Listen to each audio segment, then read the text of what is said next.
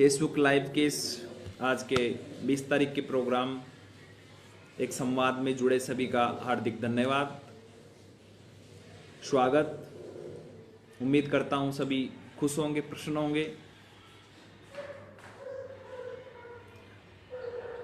जो भी जुड़े हैं उनका धन्यवाद, जो नहीं जुड़े हैं उनका धन्यवाद, क्योंकि कम से कम इतना तो पता चला कि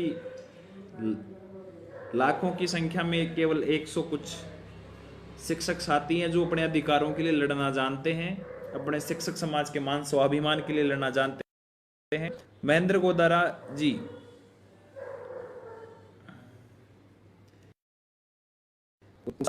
वो हमें हकीकत से परिचय करवा रहे हैं कि इतने ही शिक्षक हैं जिनका जमीर जगा हुआ है।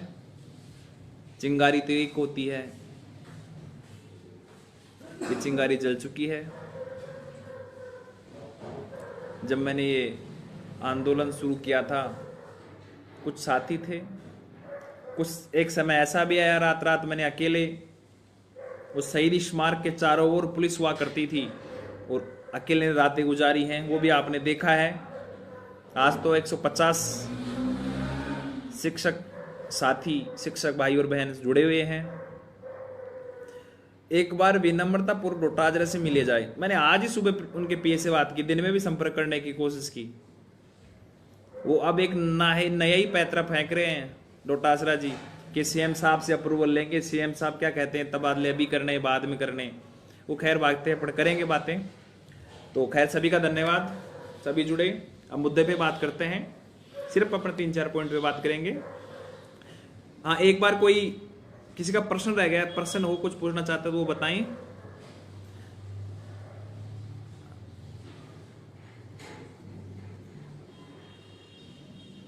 बात शुरू करते हैं अपन कुछ पृष्ठभूमि से। वरिष्ठ अध्यापकों की और तृतीय श्रेणी के तबादलों को लेकर 1 तारीख को विधानसभा घेराव किया गया। माननीय आरसी जाखड़ और भैरूराम चौधरी के द्वारा, और गजेंद्र सिंह शेखावत जी इसके संरक्षक के रूप में थे। मैं खुद भी था। पुलिस से झड़प हुई। व्यक्तिगत स्वार्थ लालसा के कारण मुझे प्रतिनिधि मंडल में नहीं ले जाया गया, आपको पता ही है। अंदर जो बात हुई मैंने पहले फेसबुक माध्यम से आपको बताई दी। उनको 7 दिन का समय दिया गया। आज 20 तारीख हो गई, 13 दिन ऊपर हो गए। मैं सभी साथियों से अनुरोध करूंगा कि कृपया आप कम से कम भैरूराम जी और जाखड़ जी से पूछें कि 7 दिन बाद में क्या वो मुलाकात करने भी आए। मुझे जहां तक जानकारी है, आज 20 तारीख हो गई, उन प्रतिनिधि मंडल में गए हुए एक भी शिक्षक साथी ने किसी से मुलाकात या किसी से दूरभाष के माध्यम से भी प्रयास नहीं किया। साथियों, यही दुर्भाग्य है कि सरकार ये सोच के बैठ जाती है कि एक को आए थे, संख्या भी सीमित थी आपस में, और दोबारा उन्होंने प्रयास भी नहीं किया। मैं उनसे पूछना चाहूंगा कि तारीख को आप 7 दिन की मोहलत लेकर, 7 दिन का समय देकर वहां से प्रदेश भर से आए हुए शिक्षक साथियों को वापस एक आशा और उम्मीद के साथ भेजते हैं। उन्होंने आप पे विश्वास किया था, तो आपका फर्ज बनता था कि जैसे ही 7 दिन पूरे होते आप आकर देवाराम जी से मिलते। मुख्यमंत्री की ओएसडी महोदय ने आपको 7 दिन का समय दिया था, उनसे मिलना चाहिए था। खैर आप नहीं मिले। एक बार सभी साथी उनसे ये जरूर पूछे। अब मुझे आज मेरे फेसबुक लाइव और मेरे पूछने के माध्यम से कल से स्टार्ट हो जाएगा, जल्द मंत्री से मिलेंगे, जल्द उससे मिलेंगे, अब ये करेंगे वो करेंगे। खैर ठीक है, कम से कम जब जागे जब ही सवेरा, कभी तो उनकी आंख खुलेंगी।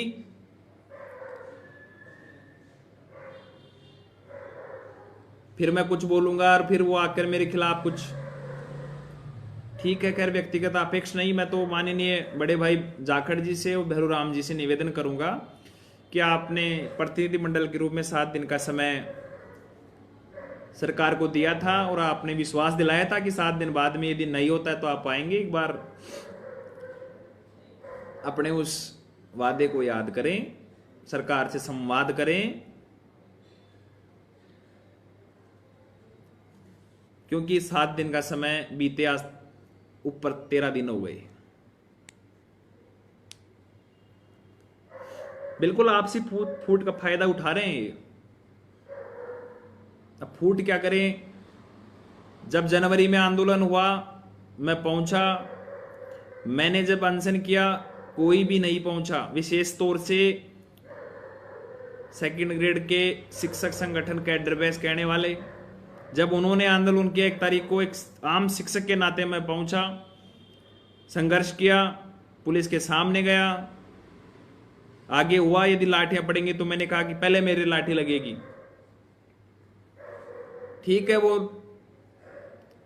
उन्होंने 7 दिन के बाद में उनको सरकार संवाद करना चाहिए था, नहीं करे, उनकी गलती है। खैर, भगवान उनको सद्बुद्धि दे और मेरे आज के बाद में शायद वो संवाद करें। उनके लिए उनको शुभकामनाएं। आपका फर्ज बनता है, आपको भी उनसे पूछना चाहिए था कि 7 दिन को काफी दिन हो गए, आपको करना चाहिए था संवाद। ये तो बात हुई 1 तारीख के प्रतिनिधि मंडल के 7 दिन पूरे होने की। खैर, मैं प्रतिनिधि मंडल में नहीं था, लेकिन एक आम शिक्षक के नाते मैं उनसे पूछूंगा कि 7 दिन बीत गए। खैर, उस दिन बाद भी आपको पता है तबादला नीति की हुई थी, तबादलों को लेकर तो कोई बात ही नहीं हुई थी।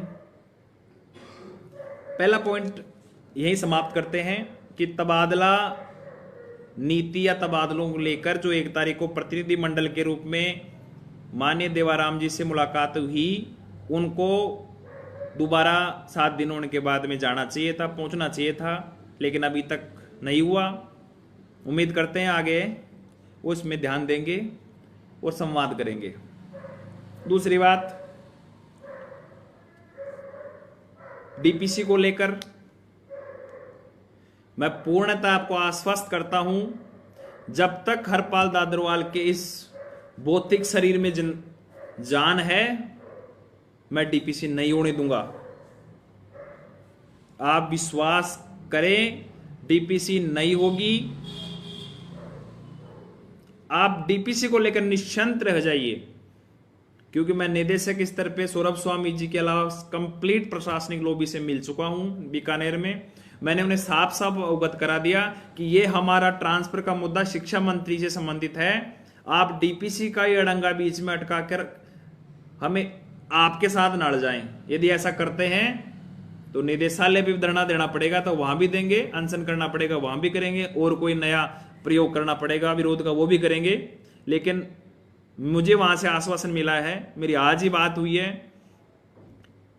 कि यदि तबादला सूची जारी करने की सरकार की मंशा होती है तो हम कुछ दिन डीपीसी और रोक लेंगे। लेकिन उनकी भी क्या मजबूरी है? ये चंदा रसीद कटाऊ संगठन, प्रगतिशील कौन कौन से संगठन है, ये जाकर वहां डीपीसी करवाने की मांग कर रहे हैं, लेटर दे रहे हैं, व्यक्तिगत मिल रहे हैं। फिर भी मैं आपको विश्वास दिलाता हूं, पहले तबादला लिस्ट जारी करवाएंगे, फिर डीपीसी करवाएंगे। उन 4600 4000 कुछ जो डीपीसी में 3rd ग्रेड से 2nd ग्रेड में आए हैं, उनसे हाथ जोड़कर मैं माफी चाहूंगा। हमें पहले तबादले करवाने दीजिए, डीपीसी बाद में ही होगी। आपको लगता है हम आपके साथ गलत कर रहे हैं तो ये गलत सही, लेकिन डीपीसी बाद में ही होगी। हाँ, कुछ शिक्षक साथी जो 18 तारीख को जो हमने 15 सूत्रीय प्रेस नोट जारी किया था, उसको लेकर प्रश्न उठा रहे थे कि मांग एक ही होनी चाहिए। अरे मेरे साथियों, उस मांग पत्र की भाषा पढ़ो आप। राजस्थान एकीकृत शिक्षक महासंघ 15 सूत्रीय मांग पत्र निम्नलिखित रूप से है। उसमें पहली मांग वरिष्ठ अध्यापकों की तबादला सूची, दूसरी मांग तृतीयक श्रेणी की तबादला प्रक्रिया, तीसरी मांग मंडल व जिला परिवर्तन उसका विलोपन ना हो, चौथी मांग ओपीएस ओपीएस लागू करने की, पांचवी मांग, छठी मांग, ऐसे वरीयता के हिसाब से मांग पत्र हैं। 1-2 दिन में कंप्यूटर शिक्षकों को लेकर कोर्ट के माध्यम से सरकार को आदेश मिला है। टीएसपी क्षेत्र के लिए भी कुछ प्रतिबंध सरकार ने हटाए हैं, उनके लिए उनको धन्यवाद। पॉइंट टू पॉइंट बात होगी। समय और शिक्षक समाज की मांग को ध्यान में रखते हुए राजस्थान एकीकृत शिक्षक महासंघ काम करेगा। पहली मांग, वरिष्ठ अध्यापकों की तबादला सूची जारी करें। दूसरी मांग, तृतीयक श्रेणी अध्यापकों की तबादला प्रक्रिया शुरू करें। टीएसपी, नॉन टीएसपी, जो भी ये बीच में इन्होंने जो अड़ंगे लगा रखे हैं, उनको सबको समाप्त करते हुए ट्रांसफर करो तो सभी का करो, एक साथ करो, किसी के साथ भेदभाव नहीं करें। तो 15 सूत्री मांग पत्र पर कंफ्यूज होने की कोई जरूरत नहीं है। पहली मांग तबादला ही है और तबादले करा के रहेंगे। अब कुछ साथियों का, कुछ शिक्षक साथियों का काम ही यह है आलोचना करना, तो बढ़िया है, करने दो, और मजबूत होंगे। विनय जी, जीत जब ही होगी जब आप साथ सहयोग करेंगे। तीसरी बात, आज जो मुख्य बात है, 15 तारीख को मेरी बहन की शादी के दिन श्री अजय माकन जी के बिहाव पे उनके यहाँ से मेरे पास फोन आया था। सबसे पहले बहन की शादी की शुभकामनाएं दी, उसके बाद में उन्होंने शादी से फ्री होने के बाद में मुलाकात करने का वक्त दिया था। आज कम से कम 3 घंटे में उनके साथ बैठा। मैंने बहुत ही साफ साफ शब्दों में पूरा मामला समझाया, अपने मीडिया कटिंग्स, अपने वीडियोस, आज तक दिए ज्ञापन, सभी को उनको विस्तार से पूरी फाइल दिखाई। उन्होंने कहा कि आपके साथ गलत हो रहा है, और यह मामला अजय माकन जी के संज्ञान में भी जा चुका है। मैं बधाई दूंगा उन शिक्षक साथियों को जो बार बार में माकन साहब के पीए को फोन कर करके उनको इससे अवगत करा रहे थे। तो यह मामला उनके संज्ञान में भी है। आपको पता है, पिछले दिनों में विधानसभा सत्र के दौरान अन्य संगठन आंदोलन की राह पर थे। सरकार के लिए चिंताजनक विषय है, उपचुनाव सामने है, इसलिए इन आंदोलनों की समस्याओं और समाधान को लेकर एक अनौपचारिक, मैं शब्द यूज कर रहा हूं, अनौपचारिक कमेटी बनाई है। उस कमेटी में उन राजनेताओं को रखा गया है जो मुख्यमंत्री के विश्वसनीय हैं और अजय माकन से सीधा उनका संपर्क है। और यह कमेटी माकन साहब ने बनाई है। उस कमेटी ने जमीनी स्तर पर पूरा एक लेखा जोखा तैयार किया है कि वास्तव में क्या क्या आंदोलन हो रहे हैं, उन आंदोलनों की पृष्ठभूमि क्या है। अब आपने देखा, रेसला का बहुत बड़ा आंदोलन हुआ। रेसा और रेसा आपस में, मैं भी गया था आंदोलन में, मोहन जी की मैं इज्जत करता हूं बहुत ज्यादा, लेकिन प्रकरण समझते समझते मुझे इतना प्रकरण समझ में आ गया कि यदि संख्यात्मक आधार पर पदोन्नति की जाए तो क्यों ना L12 से L16 की वो मांग करते हैं, तो L10 से L12 में थर्ड ग्रेड से फर्स्ट ग्रेड में भी तो पदोन्नति होनी चाहिए ना। जैसे मैंने मांग पत्र में बात डाली, वो भी मेरे से खफा हो गए। रेसला के कुछ साथी लेक्चरर, क्या बीच में कौन सड़ंगा डाल रहे हो भाई, बात तो वाजिब है। यदि संख्यात्मक आधार पर आप L12 से L16 में जाने की इच्छा कर रहे हो, तो हम भी ये चाह रहे हैं कि L10 से L12 में आना चाहिए। बात सही है ना? अरे ये बात वाजिब है तो मुझे जो सुन रहे हैं, मुझे यस या नो, तो जिससे हमें कम से कम ये तो रही कि हम सही रास्ते जा रहे हैं, गलत रास्ते जा रहे हैं। तृतीयक श्रेणी के शिक्षकों की संख्यात्मक दृष्टि से L10 से L12 होनी चाहिए कि नहीं होनी चाहिए? होनी चाहिए ना।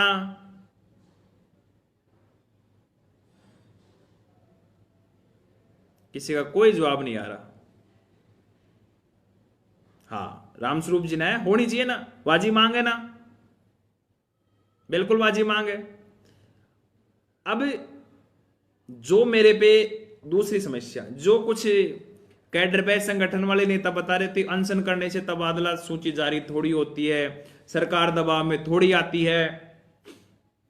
मैं उनसे ये कहना चाहूंगा कि रेसला ने तो 25,000 से ज्यादा शिक्षक, कितने, 25,000 से ज्यादा शिक्षक राजस्थान की जयपुर गुलाबी नगरी के दरा पर ले आए थे।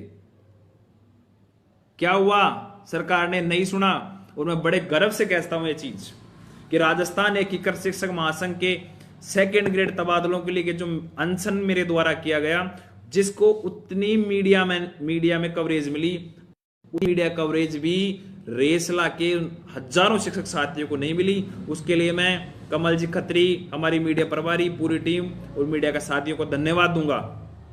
और अंत में उन्होंने भी वही रास्ता अपनाया जिसके लिए मुझे लोग बोलते थे कि अनशन से दबाव नहीं बनता। उन्होंने भी अनशन किया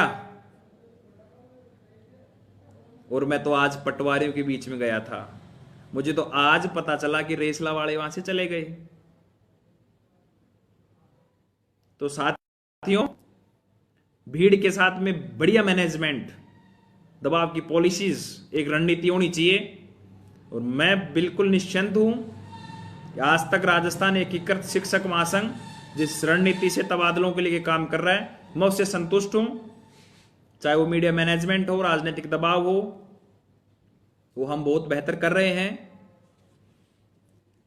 और जो साथी अंगुली उठा रहे हैं उनका काम उठाने, तो कोई दिक्कत नहीं है। अब बात करते हैं जो आज बात हुई। साथियों, आज एक अनौपचारिक प्रतिनिधि मंडल से मेरी मुलाकात होती है। हम 8-10 साथी थे। उन्होंने पूरे मामले को समझा है। समझने के बाद में उनको फैक्ट्स दिए हैं, लक्ष्मणगढ़ के ट्रांसफर की सूचियां दी हैं। थर्ड ग्रेड में भी जो एपीओ के नाम पे शिक्षा मंत्री जी तानाशाही कर रहे हैं, उनकी भी हमने अवगत करवाया है, पूरे फैक्ट्स के आधार पर डेटा दिया है। उन्होंने संज्ञान से पूरे मामले को समझा है। उन्होंने पूछा कि आगे क्या प्लान है। तो मैंने कहा शिक्षक साथियों से आज रात को 8 बजे फेसबुक लाइव के माध्यम से जुड़ने का प्लान है हाल फिलहाल। तो जैसा वो आदेश करेंगे आगे का वही प्लान रहेगा। सुनील जी कह रहे हैं कि आज मैंने बैरू राम जी को 2-3 बार फोन किया, उन्होंने फोन रिसीव नहीं किया। अब मैं तो क्या कहूँ सुनील जी, मेरा तो 24 आवर्स मेरा हुआ, महेश जी का हुआ, हमारे विमलेश जी का, नरोत्तम जी का, आप कभी फोन करो, फोन हमेशा उठता है। कुछ दिन पारिवारिक समस्याओं में बिजी जरूर था। तो मैंने उनके सामने 2 विकल्प रखे कि आप हमारी तबादला सूची जारी कराओ और थर्ड ग्रेड की प्रक्रिया शुरू कराओ। उन्होंने कहा कि शिक्षा मंत्री महोदय का स्टेटमेंट हमने फटाया कि तबादला अधिकार नहीं। तो मैंने कहा लक्ष्मणगढ़ के क्यों हो सकते हैं। तो मैं माफी चाहूंगा आपसे, बिना स्वीकृति लिए मैंने एक बात बोल दी उनको कि आज तारीख हो गई 20, 26 या 27 तारीख को हम वापस आंदोलन की राह पर जा रहे हैं। इस बार आंदोलन मुझे जितना विश्वास है पहले से कहीं ज्यादा मजबूत होगा। उन्होंने कहा कि उससे पहले यदि आपकी मुलाकात करा दे तो आप किससे मिलना चाहोगे। मैंने कहा कि शिक्षा मंत्री साहब जो तो बोल लिए, अब जब उन्होंने तो अधिकारी मना कर दिया तो क्या होगा। तो हमने उनसे कहा है कि यदि विधानसभा सत्र समाप्त हो गया, लिस्टें तैयार हैं, शिक्षा मंत्री जी बार बार यही बोल रहे थे कि विधानसभा सत्र के बाद में लिस्टें आ जाएंगी, आप 5-6 दिन का समय है, आप लिस्टें निकलवा दो। सही है ना बात? 5-6 दिन का समय उनके पास में। यदि साथियों, मैंने बिना आपकी रजामंदी उस प्रतिनिधि मंडल में अनौपचारिक रूप से बात कह के आया हूं कि 26 या 27 तारीख तक यदि लिस्टें नहीं आती तो वापस उसी शहीद स्मारक पर हम हमारा धरना देंगे। क्या आप तैयार हैं? यदि 25 तारीख तक लिस्टें नहीं आती तो क्या आप तैयार हैं? अब विधानसभा सत्र आचार संहिता, हाँ, यह आचार संहिता की बात बता दूं, आपने आचार संहिता का जो फटा होगा संबंधित जिले में लगी है, संबंधित विधानसभा लगी है। एक बार ऐसा हो चुका है, एक बार नागौर और झुंझुनू में आचार संहिता थी तो वहां के ट्रांसफर नहीं किए थे, इसके अलावा बाकी ट्रांसफर हुए थे। तो आचार संहिता तो कोई मामला ही नहीं है, ठीक है ना। आचार संहिता कोई मामला नहीं है। यदि जो कार्मिक संबंधित प्रक्रिया में भाग लेता है उसको बाद में रिलीव कर देंगे, ये एक व्यवस्था एक लाइन डालनी पड़ती है। निदेशालय स्तर पे भी अधिकारी यही कह रहे हैं कि यदि हमें ऊपर से उधर से आदेश मिलता है तो हम ये लाइन डाल देंगे कि जो संबंधित कार्मिक यदि उस व्यवस्थाओं में आते हैं तो वो बाद में उनको रिलीव कर दिया जाए। तो क्या 25 या 26 तारीख तक तबादला सूची जारी नहीं होती है तो क्या हमें आंदोलन करना चाहिए? सभी यस हाँ कह रहे हैं। कहीं ये ना हो जाए कि पहले जैसे मुझे अकेला ही छोड़ के। तैयार हैं? ठीक है, तो मैं अभी मैसेज पहुंचा देता हूं उनको। उन्होंने मेरे से आगे रणनीति पूछी थी, मैंने तो एक वर्बली उनको बताया कि 25-26 तारीख तक लिस्ट निकलाओ, नहीं हम आंदोलन करेंगे।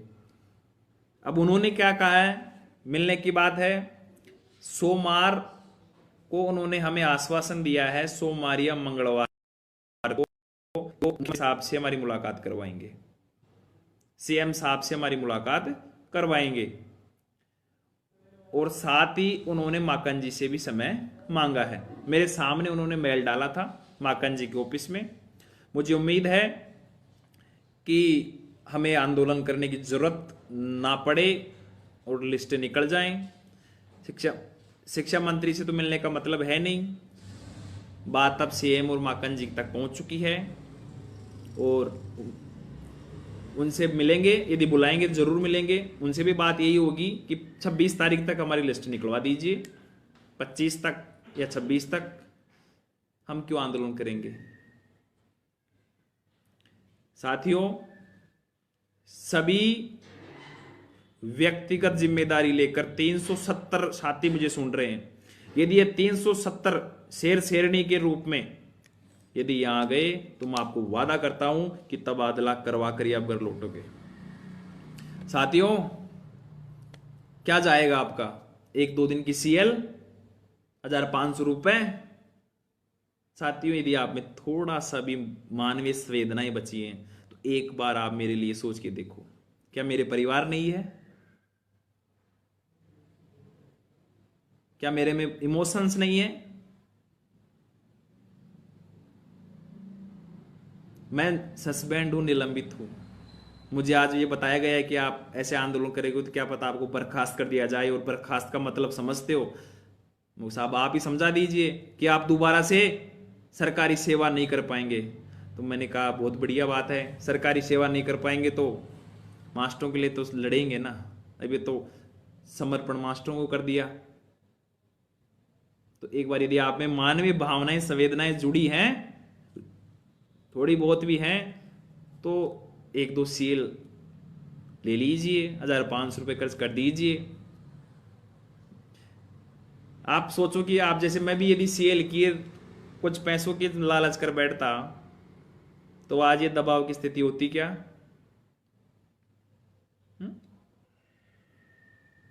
व्हाट्सएप फेसबुक चलाने से संघर्ष नहीं होगा मेरे साथियों, आना पड़ेगा।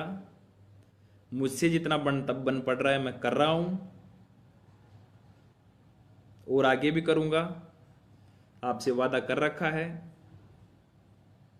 लेकिन अब की बार आपको मैं विश्वास दिलाता हूं, आप कोई आए चाहे नहीं आए, यदि मुझसे इस रण में कूदना पड़ा, इस तबादलों की अंतिम निर्णायक लड़ाई में कूदना पड़ा,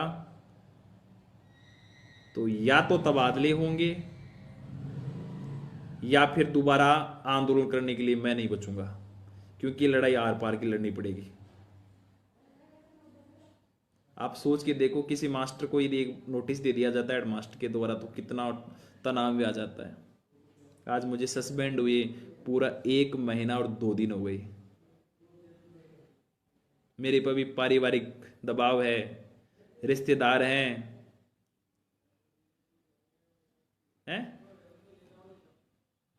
नौकरी ऐसे थोड़ी मिलती है। घर वाले बोलते हैं, रिश्तेदार बोलते हैं, तू किसके लिए लड़ रहा है? हमने देखा तेरे पिछले आंदोलन कितने लोग आते थे। मैं उनको विश्वास दिलाता हूं कि अब की बार आएंगे, अब की बार आएंगे, अब की बार आएंगे।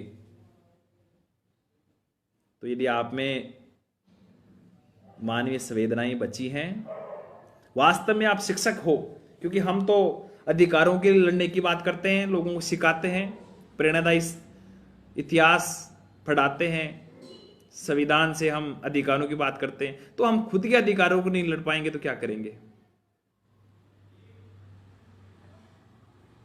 अब ये लड़ाई तबादला, फिर मैं बोल रहा हूं, तबादला करवाने की दिन, ये शिक्षक समाज के मान सम्मान और स्वाभिमान की लड़ाई है।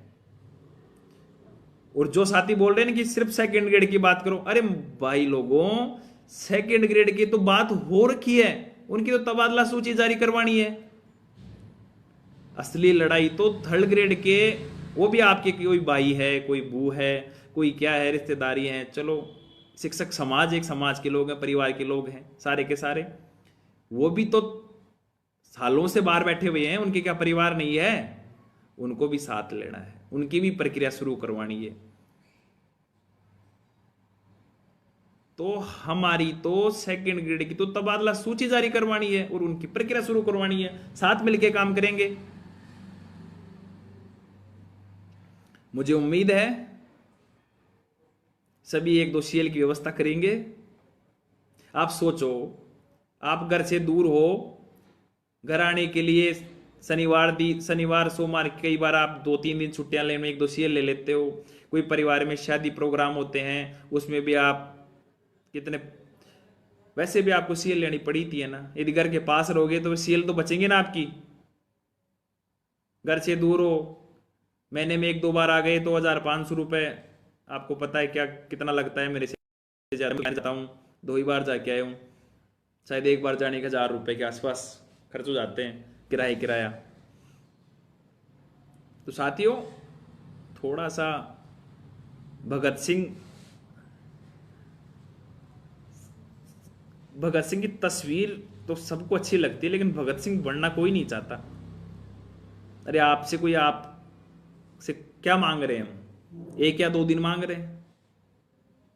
साथियों, लिस्टें तैयार हैं, लिस्टें आने में जो देरी है और इसका मूल कारण मैं आपको बता रहा हूं कि शिक्षा मंत्री के पास ये मैसेज जा चुका है कि जो लक्ष्मणगढ़ के उन्होंने जो तानाशाही तरीके से तबादले किए थे, जो एक कठोर अन्याय किया था, लोग भूल गए, शिक्षक भूल गए। अब उनको कोरोना दोबारा रिवर्ट हो रहा है, फिर बोर्ड की एग्जाम है, ये भूल जाएंगे और फिर बाद में तबादले कब करेंगे? जब दोबारा चुनाव आ जाएंगे। तो उनको याद दिलाना है। अभी पत्रकारों के बीच में, मीडिया के बीच में ये बात है कि लक्ष्मणगढ़ के ट्रांसफर हुए हैं, ये बात पब्लिक डोमेन में है। अभी यदि हम पीछे हट गए तो तबादले नहीं होंगे, डीपीसी हो जाएगी, 1-1.5 साल का इंतजार कर लेना। तो बात यह है कि उनको गलतफहमी यह हो गई कि 1 तारीख को आए थे, 7 दिन बीत गए, कोई संभालने नहीं आया, लक्ष्मण के कर दिए, वो पाप कर दिया, ठीक है, उस पाप को पुण्य मिल जाएगा। अरे साथियों, मैं फिर आपको बोल रहा हूं, यदि अब की बार दबाव बना दिया, तबादला उनको जारी सूची करनी ही पड़ेगी। उनके पास कोई ऑप्शन ही नहीं है कि उन्होंने आचार संहिता का बहाना बनाया और विधानसभा सत्र का बहाना बनाया। ये मीडिया के बीच में चीजें हैं, हम मीडिया को ये चीज बताएंगे, हमारे पास प्रूफ हैं, उनके वीडियोज हैं, उनके कॉल रिकॉर्डिंग्स हैं, समाचार पत्रों में ये बातें हैं। तो उनके पास कोई ऑप्शन नहीं है ट्रांसफर ना करने का।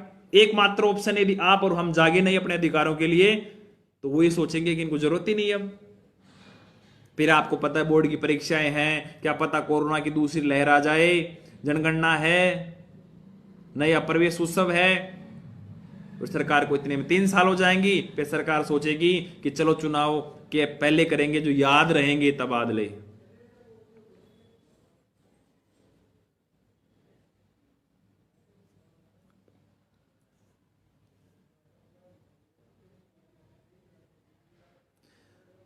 एक साथी बोल रहे हैं कि थर्ड ग्रेड की तबादला प्रक्रिया शुरू करा दो फिर आ जाएंगे। अरे शुरू करवाने के लिए तो आना है। 26 तारीख तक, 25 तारीख तक यदि तबादला सूची जारी नहीं होती है तो 26 या 27 तारीख से शहीद स्मारक जयपुर पर राजस्थान एकीकृत शिक्षक महासंघ अन्य शिक्षक संगठनों को भी आग्रह करता है कि आप भी आए, साथ मिलकर तबादला सूची जारी सेकंड ग्रेड और तबादला प्रक्रिया थर्ड ग्रेड शुरू नहीं होती जब तक धरना दें। कब तक? जब तक परिणाम सामने ना जाए। इंतजार करना है 5 दिन का। इन 1 या 2 दिन में सीएम साहब से, माकन साहब से, जिनसे भी मिलना होगा, मैं मुलाकातें कर रहे हैं, दौड़ भाग कर रहे हैं। मीडिया के साथियों को भी मैं ब्रीफ कर रहा हूं दोबारा से, विपक्ष को भी बोल रहे हैं, इन एमएलएज को फोन भी कर रहे हैं, सभी को मंत्रियों से मिल भी रहे हैं। आपने देखा होगा कि बहन की शादी के बीच में भी मैं कभी प्रताप सिंह खाचरियावास से, कभी किससे इनको अवगत करा ही रहा था। तो तैयारियां कर लो। देखो मैंने तो मेरे फोन के अंदर बाकायदा रेड कर दिया, 26 तारीख का रेड कर रखा है। 26 का, 26 को शुक्रवार है, शुक्रवार के दिन की तैयारियां कर दो, 26 तारीख की तैयारियां कर दो। होली भी है, छुट्टियां भी हैं। एक बार यदि होली जयपुर में मना ली घर से दूर, तो जितनी साल की सर्विस बची है फिर घर पे मनाएंगे होली। सही है ना? अरे बात सही है ना? शंकर यादव सर, परमिशन पहले बिना परमिशन आंदोलन किया किसी भी शिक्षक साथी को आँच आई क्या? है शंकर जी? किसी को कोई बताएगा किसी भी शिक्षक साथी को कोई आँच आई क्या? परमिशन किस बात की परमिशन, ये बताओ मुझे। फिर भी परमिशन लगाएंगे, देंगे तो बहुत बढ़िया, नहीं देंगे तो आँच आएगी तो मेरे आएगी, मेरे संगठन की आएगी, मेरे संगठन के पदाधिकारियों की आएगी। मैं आपको विश्वास दिलाता हूं, एक भी शिक्षक साथी के को नोटिस तक नहीं देने दूंगा। आप इस चीज की चिंता ना करें। जो भी साथी पहले आए थे उनको पता है होली की छुट्टी भी 28-29 को। मैं आपको बता रहा हूं साथियों, यदि 26 तारीख या 27 को अपन जयपुर आके बैठ गए और बीच में होली आती है, ऐसा दबाव बनेगा मीडिया का और विपक्ष का कि शिक्षकों को जो सैकड़ों किलोमीटर घरों से दूर हैं, उनको आज घर होना चाहिए था, वो आज जयपुर की सड़कों पे हैं, शहीद स्मारक पे हैं और सरकार के पास कोई विकल्प नहीं होगा। इससे बढ़िया कोई मौका नहीं है, क्योंकि हिंदू धर्म में जो बड़े त्योहार हैं होली, दीपावली, इस रंगोत्सव को हम मिलकर मनाएं, जयपुर में मनाएं। क्या पता ये हमारे लिए एक अच्छा रहे, क्योंकि यदि अब की बार हम ये होली का त्योहार साथ मिलकर जयपुर मनाएं तो क्या पता जब तक आप नौकरी करो, जब तक घर के पास में अपने बाल बच्चों के साथ, अपने परिवार के साथ, अपने रिश्तेदारों के साथ मनाएं। और मैं आपको अब कुछ चीजें बताता हूं। यदि 25 तक लिस्टें नहीं आती हैं, 26 से अपन जयपुर धरना देते हैं, आपके रहने की, आपके खाने की, पानी की जो भी व्यवस्थाएं हैं, वो व्यवस्थाएं आप निश्चिंत हो जाएं, वो व्यवस्थाएं पूरी कर दी जाएंगी। आपको किसी भी प्रकार की कोई समस्या नहीं आएगी। आप उन पटवारियों से सीखो जो आज कितने दिन हो गए शहीद स्मारक पे डटे हुए हैं। उनकी मांग तो पे ग्रेड की है, 2400 से 3600 की, सैकड़ों की संख्या के अंदर रोज जिलेवाई जा रहे हैं। निश्चिंत हो जाएं, तबादला सूची जारी होने तक ही संघर्ष करेंगे। मुझे उम्मीद है अब की बार आपकी संख्या होगी, संख्या बल होगा। लेकिन मैं तो ईश्वर से प्रार्थना करता हूं आप सभी की ओर से कि होली के इस पावन त्योहार से पहले हमारी तबादला सूची जारी करवाएं। 25 तारीख से